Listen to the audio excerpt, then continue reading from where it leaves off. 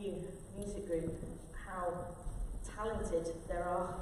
A lot of people in this, in our little flock that are extremely talented, and very, very grateful for all of the love and joy that you bring to our services. So thank you very much for all that. There's not meant to be a prayer there, so I'm going to move on. Ola's going to read our first psalm for us. Hello? Oh. The Lord is my shepherd, I shall not want. He makes me lie down in green pastures. He leads me beside still waters. He restores my soul. He leads me in right paths for his name's sake. Even though I walk through the darkest valley, I fear no evil, for you are with me.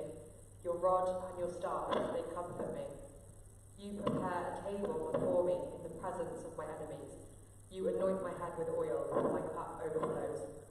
Surely goodness and mercy shall follow me all the days of my life, and I shall dwell in the house of the Lord my whole life long. Apologies if the sound is a bit wrong. The microphone's gone missing, so we've had to, whatever the word is, make do. Improvise, thank you very much. And Karen is going to read our next one. Gospel reading from the book of John. Very truly I tell you, anyone who does not enter the sheepfold by the gate, but climbs in by another way, is a thief and a bandit. The one who enters the gate is the shepherd of the sheep. The gatekeeper opens the gate for him, and the sheep hear his voice. He calls them in his own sheep by name and leads them out. When he has brought out all of them, he goes ahead of them, and the sheep follow him because they know his voice. They will not follow the stranger, but they will run from him because they do not know the voice of strangers. Jesus used to speak to them, but they did not understand what he was saying to them.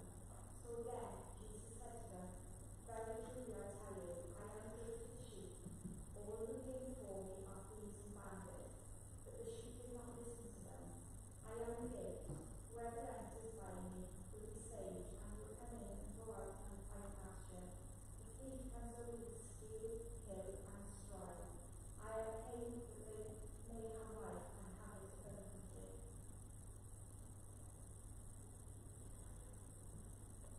Thank you both. Apologies for the sound, but you've got the writing, so you can read it as well. So, in Jesus' time, shepherding was common, and it was a respected occupation. And people at the time would have understood his imagery straight away. Sheep were kept overnight in a sheepfold, very similar to the one that's up there. An enclosed area often made of stone with just one gate, which was guarded by the gatekeeper. Shepherds at that time did not drive the sheep from behind, they led them by voice, and sheep learned to recognise their shepherd's voice. Thieves would climb over the walls to steal sheep because they had no legitimate access. This everyday reality made Jesus' metaphor vivid and unmistakable at that time. This verse in John comes shortly after Jesus confronting the Pharisees regarding the healing of the man that was born blind.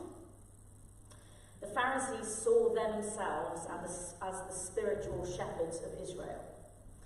However, they rejected Jesus, and they condemned the healed man and expelled him from the synagogue.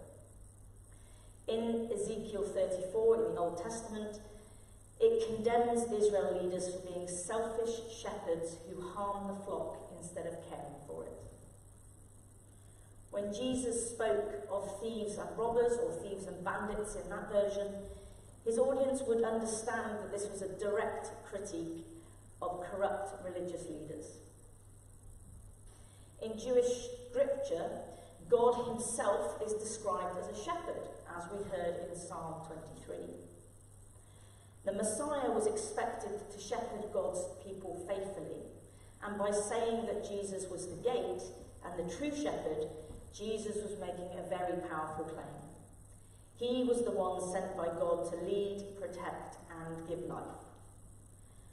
This was not just teaching as an illustration, it was talking of the Messiah. It was why it provoked such strong reactions at the time. Jesus says salvation, security, and life come through him alone. In the ancient fold, the shepherd would sometimes lie across the gate at night, literally becoming the barrier that protected the sheep. No sheep could leave safely, and no predator could enter, except over the shepherd. The image would communicate exclusive access, protection, and care. So John 10, verses 1 to 10, teaches us that Jesus is the true God-sent shepherd, who alone gives safe access to real life, calling people away from false leadership into a personal, life-giving relationship with him. I did give a trigger warning in the WhatsApp group that we were going to talk a little bit about spiritual abuse. And spiritual abuse for people in our community cuts very deeply, because it comes from places that claim to speak for God. If faith now feels unsafe for you, maybe confusing or conflicted, that reaction is not a failure of faith. In many cases, it's a sign of wisdom and self-protection. John 10 speaks directly to situations where religious authority harms rather than heals. Jesus says, "All who came before me are thieves and robbers. The thief comes only to steal and kill and destroy." In a historical context, Jesus is condemning religious leaders who misuse spiritual authority. Does that sound familiar? Leaders who shame, dehumanize, or coerce people in God's name are still about today. If there are teachings that tie God's love to conformity, fear, or denial of self, for communities that demand silence, shame, or self-erasure as the price of belonging, that is not shepherding. By Jesus' own definition, it is theft. They are stealing dignity, stealing safety, and stealing trust in God. John 10 allows survivors of spiritual abuse to name what happened honestly without excusing it as God's will. Jesus says his sheep recognize his voice and do not follow strangers. For many LGBTQ+ people harmed by the church, a core struggle is, how do I know what comes from God and what came from abuse? John 10 offers a test. Jesus' voice leads, it does not coerce. Jesus calls people by name, not by stereotype.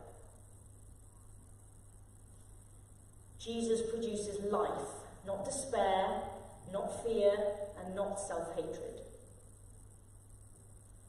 So if you have been told a message that was led to persistent shame, for self-loathing, for fear of being known, or a sense that your existence itself was a problem, then that, according to Jesus, that voice was not his, even if scripture was quoted at the time. Jesus does not say, endure harm to stay in the fold. He says, I am the gate. Whoever enters through me will be saved. Jesus places himself between the sheep and the danger. If we apply this today, it means leaving a harmful church, theology, or authority figure, and by doing so, it can be an act of faith, not of rebellion. distance from religion can be a necessary step towards safety, not abandoning your faith. Jesus does not command continued exposure to environments that destroy the soul. If a religious space made you smaller, quieter, or broken, John 10 says, Jesus is not offended by your exit. Jesus says, I came that they might have life and have it abundantly. I wonder if you've ever asked yourself at any point, okay, so if I am LGBTQ+, and therefore I'm sinful, how do I avoid hell? Or how can I stop being a disappointment? Or how do I erase myself? This just means that your faith has shrunk to a point of survival only. And that is not abundant life. Jesus was very clear.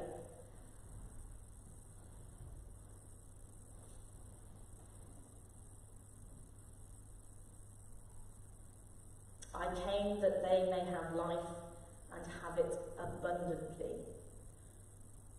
Just living is not having life abundantly.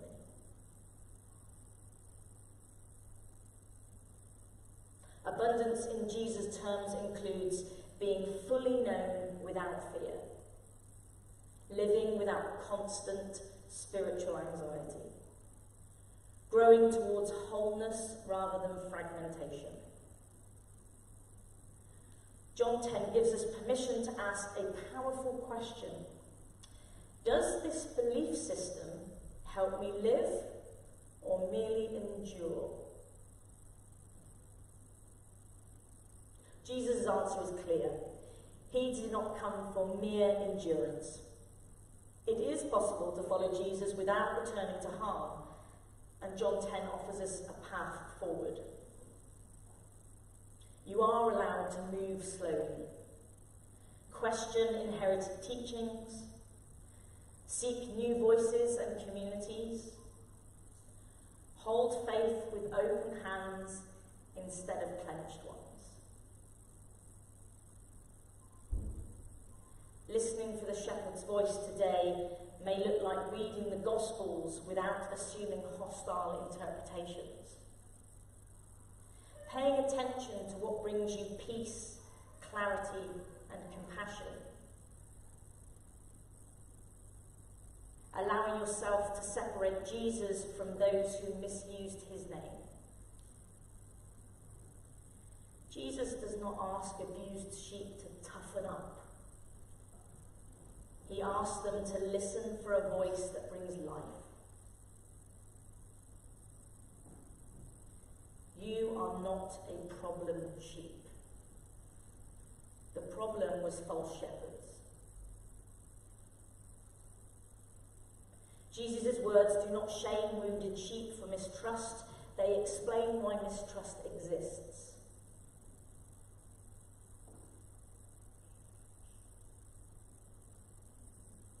The words in John 10 does not accuse you. It stands beside you. It says, what harmed you did not come through me. According to Jesus, your life matters enough to protect first. We sang about it in the opening two songs. Come as you are. Come you weary. Come you broken-hearted. Come you misfits. Come as you are. You are not a problem sheep. The problem is false shepherds.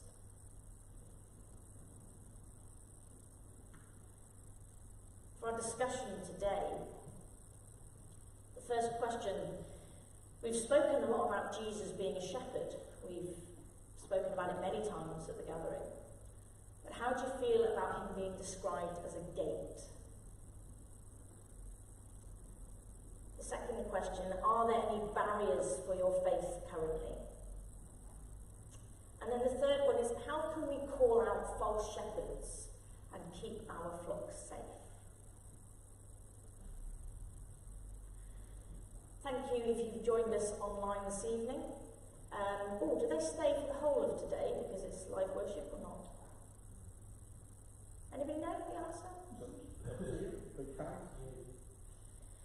I think maybe we'll let you stay today. I'm feeling very generous. And then you can just get the chance to listen to our beautiful music group a bit later on. So what we'll do is we'll leave the discussion questions up there. We will mute everything going on in the room, and then when we come back at 8:10 to continue our prayers and worship, it would be nice to have you there and joining us.